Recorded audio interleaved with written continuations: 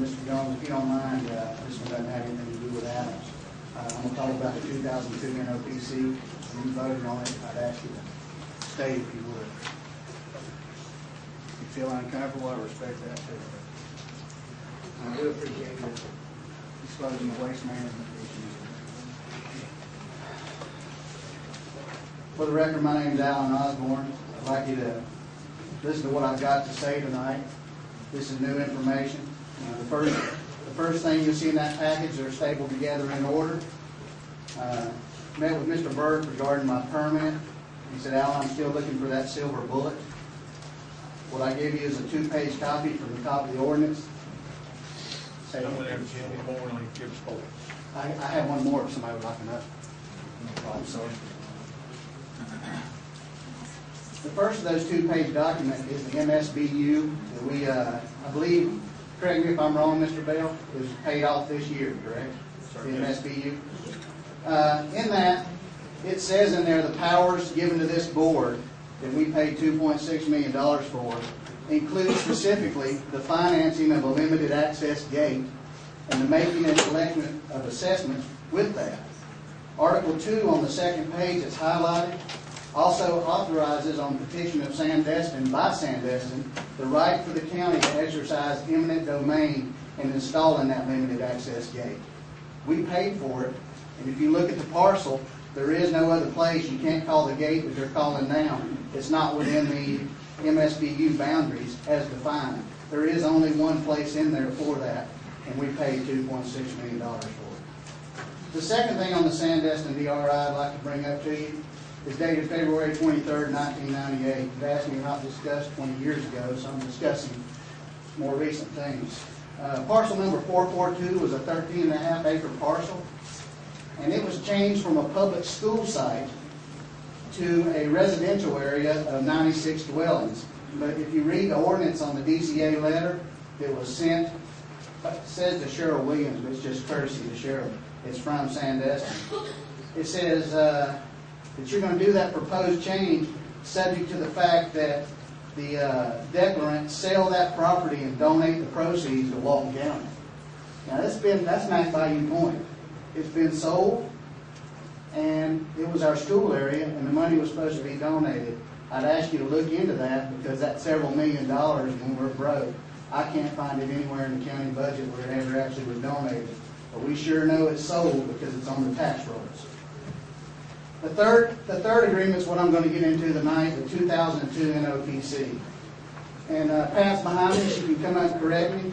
I'm not going to go into 1988, I'm going to go into what's in effect right now. In 2000, 2002, and 2004, there's 3 NOPCs regarding Sandestin that were approved by this board. The 2004 one has to deal with the Huff Brother properties. That has no application to Sandestin. In this attachment, you'll see the NOPC that filed in the 2000 report. Sandestin's attachment says, the NOPC also corrects a few inadvertent glitches that were found in the 1998 DRI development and amendment. If you go to the third page I've highlighted for you, one of those glitches is, and part of the master plan, restoration of the golf course approved in 1989 DRI development amendments, but deleted in 1998 by prior ownership for the interior of Driftwood Estates, the area of the northern end of the peninsula north of US 98. This previously approved use was apparently deleted for marketing reasons by prior ownership, is now reinstated. Okay, they reinstated it in 2000. You've only had 2 NOPCs since then. You have a chart that goes with those, and I'll get to it, that says there's 208 acres in there that they reinstated. The 2002 ordinance, to the next page, you identify things that can be applied to Sandestin, and more specifically, certain portions of those, and they are highlighted as follows. This allows for like-kind transfers, e.g., residential to residential, commercial to commercial, open space to open space, of uses approved within the DRI which have occurred during the preceding years. A like-kind transfer is the transfer of a type of use from an area approved for that use to another area that is also approved for that type of use. Go on to your final order of the 2002 NOPC. Findings of fact is the first page that I'm on. Go to the second page and go to item number 4, and you'll see that the only issue that was addressed by that NOPC was, by notification, is traffic. I've talked to Mr. Reeves, I've talked to Mr. Pauls. Obviously, I did not talk to Mr. Walker, but when you read that NOPC, he said the intent of that NOPC was to ensure that there were no external traffic trips created. You can't read into sentence 4, it's one sentence. The only regional issue presented by notification is traffic. That is dated 4 November 2002. Not even 90 days later, you'll see, go to the February 6, 2003, Sandestin does a like-kind transfer. The only problem is it's not like-kind. It's an area of open area and lakes. They transfer residential density into an open area and lakes, and it does not match the chart. That's not a like-kind transfer, which is a substantial deviation. And you're reducing the drainage of an open area from 208 to 13. They go on to say that they approve it. The second page, they say, with respect to that 2002 NOPC, our up-to-date information labeled 2003 actual, please note this is a submission. Go on to the third page is highlighted. There has been no change to the parcel numbering, land use categories, which we've already identified. They identified what that category for that area was, other than like-kind transfers. Now, you guys don't need to be attorneys to know that residential and an open area and lake is not the same kind of category. The chart spells it out for you, but I don't think you need the chart. Go on to the last page, and there's the chart that deals with driftwood.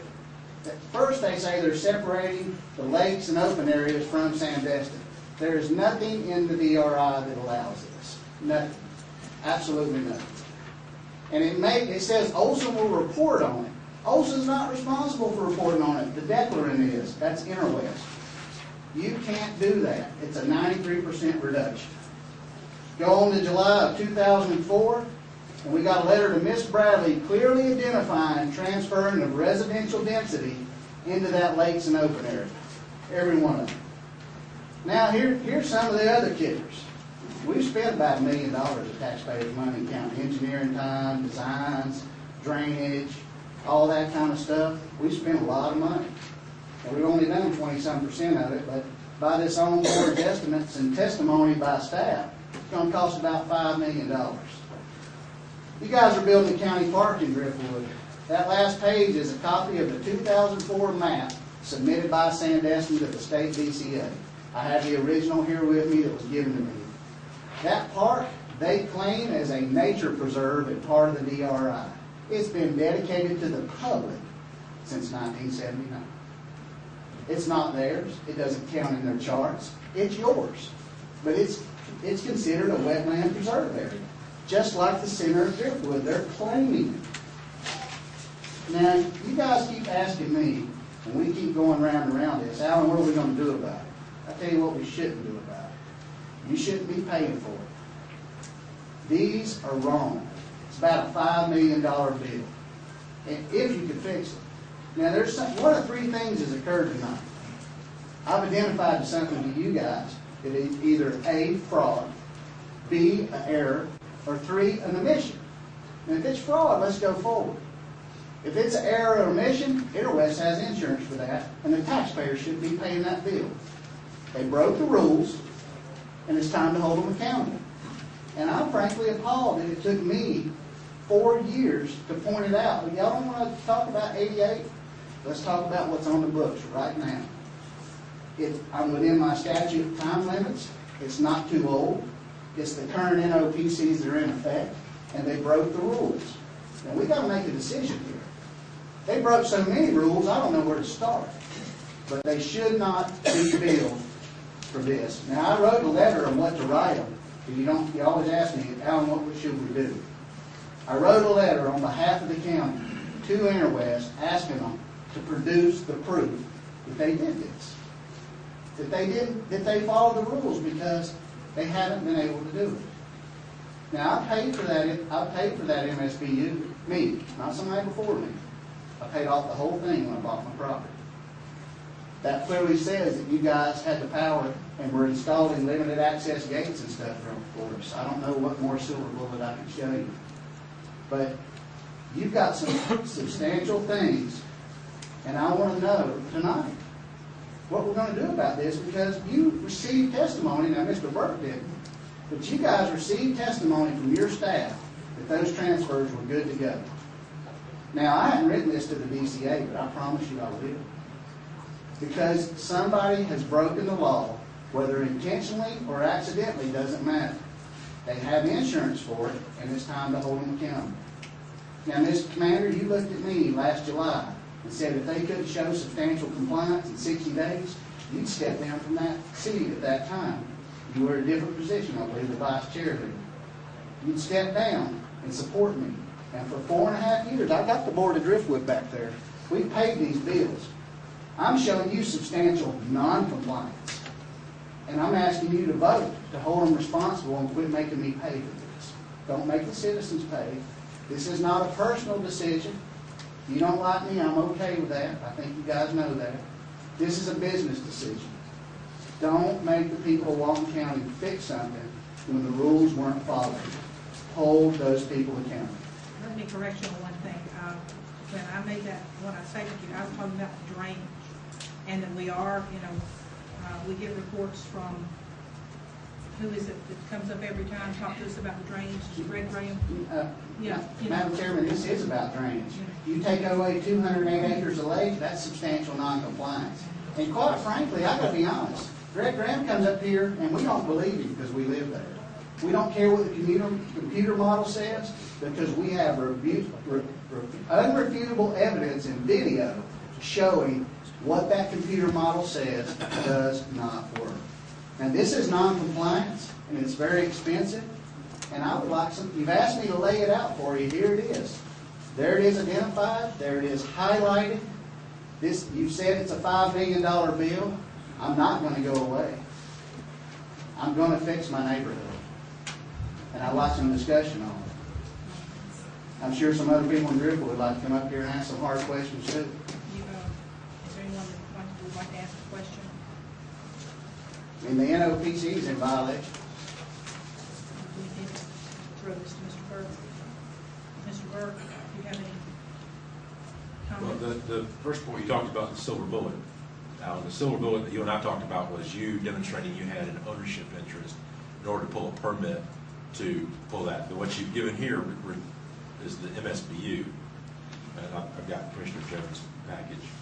And it talks about the powers of the board of the district, the unit. Sandusky petitioned for that MSBU. Let me finish on this because I've read it page to page. They petitioned for it. They asked for you to have the power to install a limited access gate. You guys borrowed the money. You bonded it to us. They took that money. They didn't build a limited access gate. They built a concrete wall. The only limited access within that 402 acres is not at Preserve Lane. That's outside the DRI. And on the second page, it gives you the authority for eminent domain, and that was petitioned by Sandusky Development. Now, are we talking about drainage, or are we talking about the gate? He's talking, this is just part of this violations, man. It's a series of ridiculous violations, and I need you to please stand up and do the right thing for the citizens. We just said the Pledge of Allegiance, and I hold that very true to me. I don't want to be stared at. Mr. Burke, you have... If Ms. Blackshear can come up here and defend that like-kind transfer, I'll be glad to let her. But I don't think she's going to come up here and tell you that residential to a lake and open area golf course is a like-kind transfer. I don't think anybody up there needs any lawyer or anybody else to tell them that. Because it's defined in your own ordinance. And if you had the ordinance today, you'd also have to overcome the fact that the reasonable likelihood. I think for 5 years of drainage problems, we passed reasonable likelihood. So what are we going to do about it? Do I need to sue over drainage to get y'all to talk to me? I really need to do something. Thank you, Mr. Osborne. Commissioners, if you have any questions, any comments? Madam Chairman, I will get with Ms. Blackshear and ask her to review the stuff that's been submitted regarding the change of land use and the like-kind change transfers, and if we can determine why that process would have been permitted or what the function of it was, and then we'll report back to the board. Is now the time to talk about the Edmonds outfall, or are we going to do that in our special session? No, ma'am, we'll do that in our Right, as in our time. executive. Yes, ma'am, it's not appropriate to speak about that. Yes, ma'am, you may come forward. Thank you, Mr. Osborne. I mean, I did bring up 6 weeks ago over the drainage, and I still don't have any answers, and nobody's called me back. Yes, ma'am. State your Yeah, name. my name is Doris Beam. B-E-A-M. I live in Driftwood. I was asked a question at the last commissioners meeting. After last meeting, I made phone calls to Commissioner Pridgeon, to you, Ms. Commander, to Cecilia Jones, to Scott Brannon, to ask about the issue that was brought up at the last meeting. And Cecilia Jones was the only one who called me back and talked with me, and that was after 2 calls and asking her assistant, please have her call me back.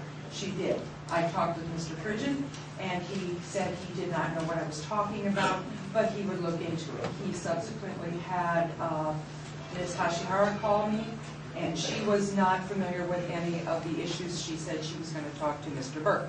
Scott Brannon, after many calls, and I talked with his assistant, she told me several times, oh, he's out of town, or he's going out of town, he'll call you back. He called me back today.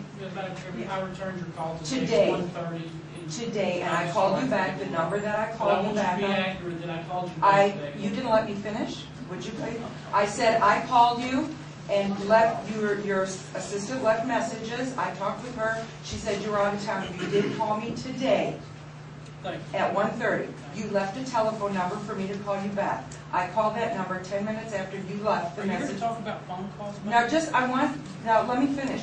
And you did not answer. The phone message said, this person has not set up a voicemail, so I couldn't get to you to talk to you. My point is, when we have issues, it should expect our representative to discuss things with us. Ms. Jones did talk to me.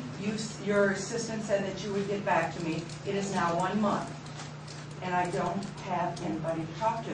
So this is the way it works here. It's very disheartening. I And we apologize want- to you if it fell off my radar. We will try to be more accurate in my office. But what are your issues? Well, my issues are with the drainage. I do have a big problem with it, as Alan Osborne had said. And also I received a call, want to let you know, from the DCA, Susan, I forget her last name, so pardon me? Hoffman. Yes, talked with me, and one issue that she did bring up was that the Walton County Commissioners, whoever is supposed to answer, has not answered their request of almost 2 years ago, the DCA, to give information for the last letter they sent. She said that somebody finally called her, it's probably in public planning, and said, now what is it that you need? This is almost 2 years, and I find that appalling. Why those issues aren't taken care of. Because they can't address anything without information from you all. So I'd like our board to be responsible and handle issues, not put them away month after month, and refer them to Mr. Burke or anything else. Do we have, Ms. Fletcher, do we have any idea what the letter was about? I don't. It was almost 2 years ago. Actually, I wish Ms. Popham was here because that was an incorrect statement, because we did answer her letter. Actually, I believe Mr. Burke, Harry Childs, probably prepared that Neighbors get response. answer that. And they did recently ask for some more information on drainage, and Ms. O'Shahara is preparing some information, and Bob Horner is providing to them all of our modeling information on the site. So we have I will talk with Susan So and we- tell her we that respond. information. Thank you. Okay. All right. Yes, sir. Come forward and state your name, please. Madam Chairperson, Paul Sermons, I'm resident of Driftwood Estates. I just want to say thanks. I don't know if you guys hear that enough up here, but these are very difficult issues. I'm a practicing attorney. Mr. Osborne's done a wonderful job fleshing all out this information. Mr. Burke. This is difficult stuff, and I've stayed out of it at this point, but thanks for looking at it. And if there's a way that we can get out of this without sticking the bill to the taxpayers, or the residents of Driftwood, then by all means, let's do it. I mean, that sounds logical to me. Thanks to the parks. Thanks for Helen McCall. Y'all done a lot of good stuff down there in South Walton, and I want to appreciate it. So I just wanted to hear that. Thank you. Good words to hear, sir. Thank you. Next, we're going to actually, I'm sorry, come over, sir.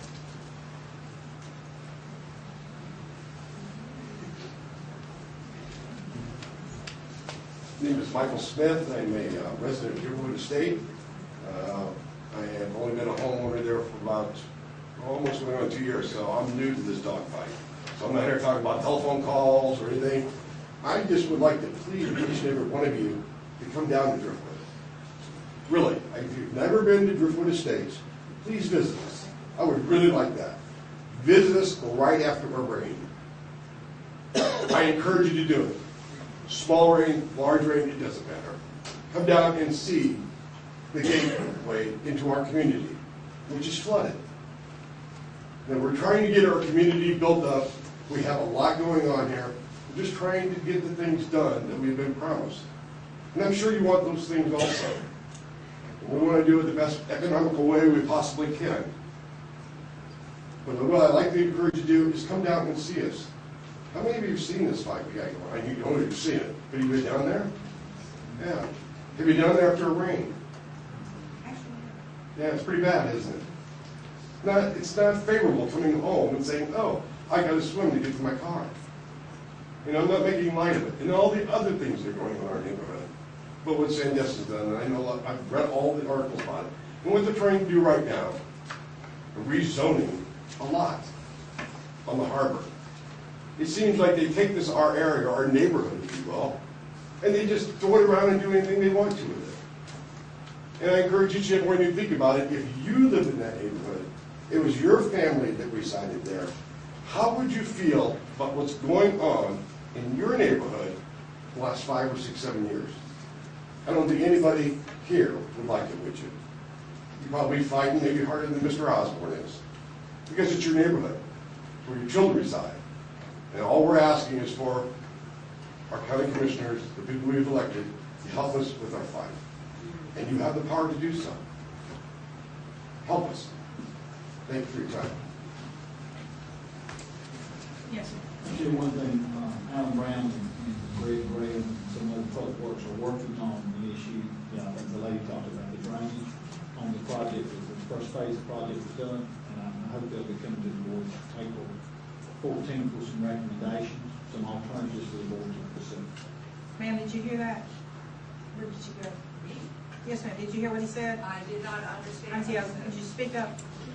Yes, ma'am. We have our public works and one of our engineers working on some of the issues you raised as far as the drainage.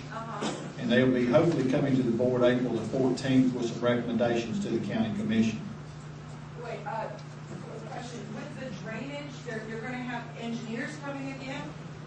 Recommendations? Yes, ma'am, some recommendations. So what I'm wanting to know is what was done before didn't work, so now we're going to recommend some new things? So they've looked at what's out there. They're going to come back and give a report to the board Okay. on what was done, what was engineered, what would be some alternatives, if there's some alternatives to fix it, if it needs to be fixed. Okay. On that first phase it was done. Okay.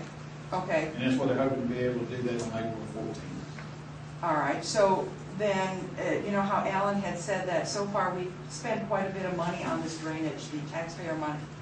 It would behoove the board to find a way to make it not taxpayer money with either heirs or emissions or other responsible parties, because the fix is costly and we don't have it. And we are addressing the Edmonds outfall, and that's. But the Edmonds outfall is one little piece. But it's a key component, and that we all feel like, and it's going to come to a head pretty soon. Right, but that's not, yeah, thank you, but that's not the whole solution. Thank you. Thank you.